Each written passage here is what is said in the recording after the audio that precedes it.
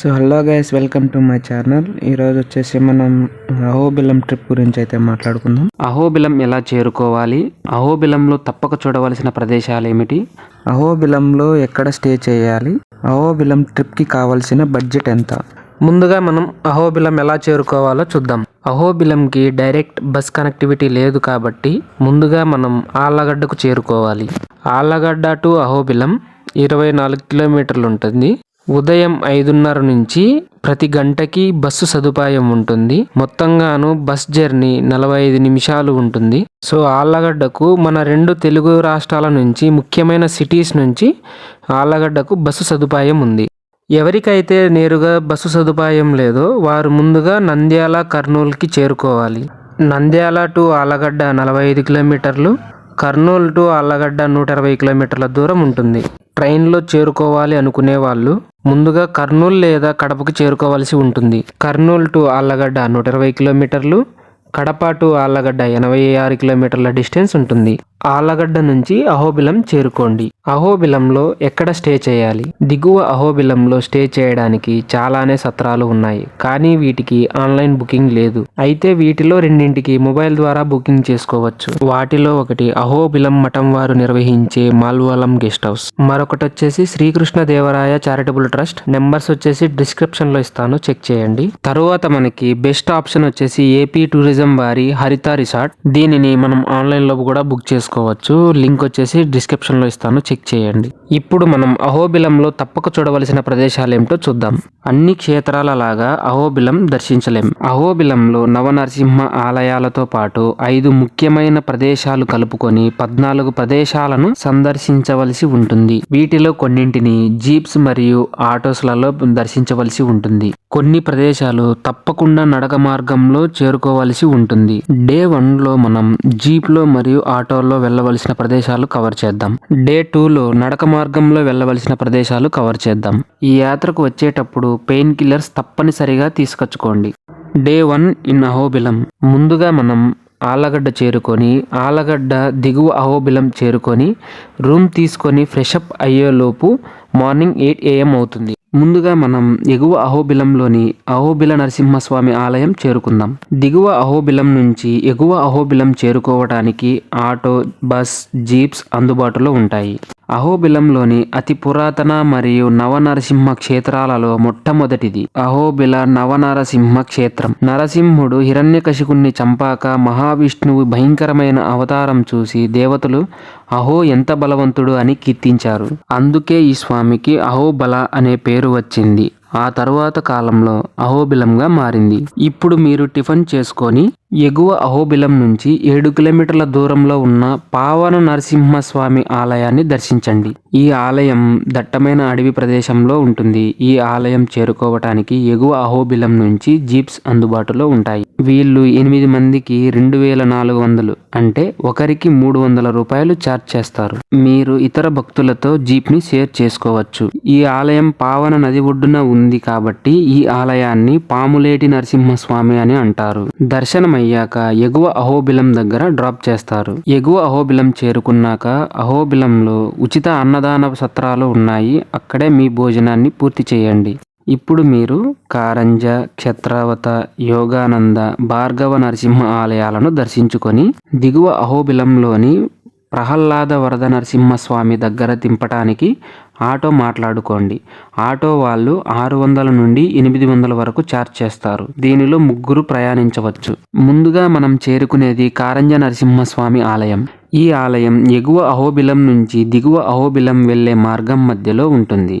ఇక్కడ కారంజ చెట్టు కింద ఉండటం వలన కారంజ నరసింహస్వామి అని పేరు వచ్చింది. తరువాత మనల్ని క్షత్రావత ఆలయానికి తీసుకువెళ్తారు. ఈ ఆలయాన్ని దర్శించాక దగ్గరలో ఉన్న యోగానంద నరసింహ ఆలయానికి తీసుకువెళతారు. ఈ ఆలయంలో ప్రహ్లాదుడికి నరసింహస్వామి యోగ ముద్రలు నేర్పారట. ఈ ఆలయాన్ని దర్శించాక భార్గవ నరసింహ ఆలయానికి తీసుకువెళ్తారు. ఈ ఆలయం దట్టమైన అడవి ప్రాంతంలో ఉంటుంది. పరశురాముడు ఈ ప్రదేశంలో స్వామివారి కోసం ఘోరమైన తపస్సు చేశారట. ఈ ఆలయం దగ్గరలో భార్గవ తీర్థం ఉంటుంది, తప్పక దర్శించండి. చివరిగా మనల్ని ప్రహ్లాద వరద నరసింహస్వామి ఆలయం దగ్గర డ్రాప్ చేస్తారు. ఈ ఆలయానికి నవనరసింహ ఆలయాలకి సంబంధం లేదు. దీనిని విజయనగరం రాజులు నిర్మించారు. ఈ ఆలయంలో ఆర్కిటెక్చర్ చాలా అద్భుతంగా ఉంటుంది. ఈ ప్రదేశంలో మీకు నచ్చినంత వరకు సమయం గడపండి. ఈ ఆలయం దగ్గరలోనే మన రూమ్స్ ఉంటాయి కాబట్టి నడుచుకుంటూ రూమ్స్కి వెళ్ళిపోండి. వీలు ఉన్నంత వరకు ఫాస్ట్గా భోజనం కంప్లీట్ చేసి ఫాస్ట్గా పడుకోవడానికి ప్రయత్నించండి. Day 2 in Ahobilam. Day 2 in అహోబిలంలో దర్శించేవి అన్నీ కూడా నడక మార్గంలో ఉంటాయి. ఈ ప్రదేశాలన్నీ చెప్పే ముందు కొన్ని tips and tricks. Tip number 1, వీలున్నంత వరకు ఉదయం 6 గంటలకి ఎగువ అహోబిలం చేరుకొని మీ నడక మార్గాన్ని ప్రారంభించండి. టిప్ నెంబర్ 2, మీతో పాటు ఎటువంటి బ్యాగ్స్ అండ్ వెయిట్ వస్తువులు తీసుకువెళ్ళొద్దు. కనీసం హ్యాండ్ బ్యాగ్స్ కూడా ఉన్న కోతులు దాడి చేస్తాయి. టిప్ నెంబర్ 3, ప్రతి ఒక్కరూ వీలున్నంత వరకు మీతో పాటుగా 2 లీటర్ల వాటర్ను తీసుకువెళ్ళండి. టిప్ నెంబర్ 4, మీతో పాటు ఒక కర్రను తీసుకువెళ్ళండి.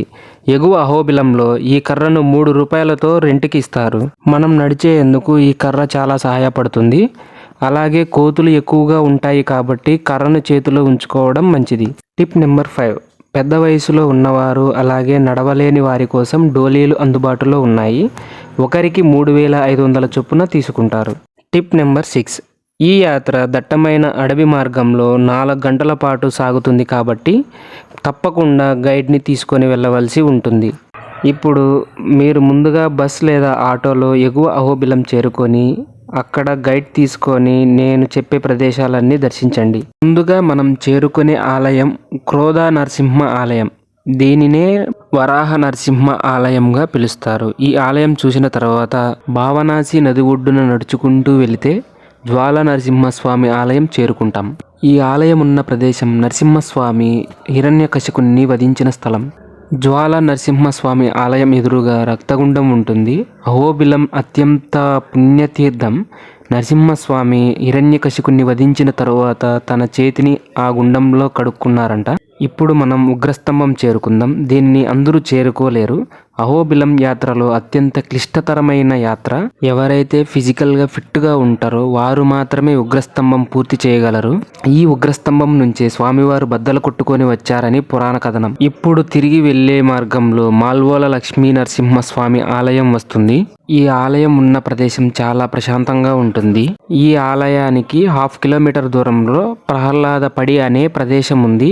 హిరణ్యకశిపుడు ప్రహ్లాదుని పైనుంచి కింద పడేయమన్న ప్రదేశం ఇదే అన్నమాట. ప్రహ్లాదుడు కింద పడేటప్పుడు శ్రీ మహావిష్ణువు కాపాడుతాడు. ఆ స్థలం ఇదే. ఇది పూర్తి అయ్యాక తిరిగి ఎగువ అహోబిలం చేరుకోండి. ఆటో లేదా బస్లో తిరిగి దిగువ అహోబిలం చేరుకోండి.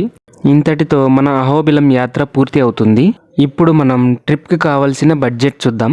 మీ సొంత ప్రదేశం నుంచి అహోబిలంకు ఆన్లైన్లో టికెట్ కాస్ట్ చెక్ చేయండి. హోటల్ కాస్ట్ వచ్చేసి సత్రాలలో నాన్ ఏసీ 400 నుంచి 800, ఏసీ వచ్చేసి 1000 నుంచి 1200, హరిత రిసార్ట్లో వచ్చేసి నాన్ ఏసీ 800 నుంచి 1000 రూపాయలు, ఏసీ వచ్చేసి 1200 నుంచి 1400 ఉంటుంది. ఫుడ్ మనకి ఉచిత భోజనం లభిస్తుంది లేదా బయట హోటల్స్ కూడా అవైలబుల్లో ఉంటాయి.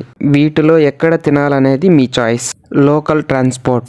డే 1లో పావన నరసింహస్వామి ఆలయం చేరుకోవడానికి జీప్ వాళ్ళు ఒకరికి 300 రూపాయలు ఛార్జ్ చేస్తారు. మిగిలిన ఆలయాలు దర్శించటానికి ఆటో వారు 600 నుంచి 800 ఛార్జ్ చేస్తారు ముగ్గురికి కలిపి. డే 2లో గైడ్ ఛార్జెస్ వచ్చేసి 600 నుంచి 800 ఉంటుంది.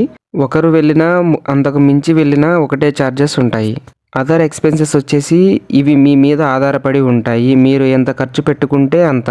ఈ ఇన్ఫర్మేషన్ వీడియో ఎలా అనిపించిందో కామెంట్ చేయండి. అలాగే లైక్ చేయండి, సబ్స్క్రైబ్ చేయండి. ఈ వీడియో ద్వారా మీ అహోబిలం యాత్రను ప్లాన్ చేసుకోండి. Thank you for watching.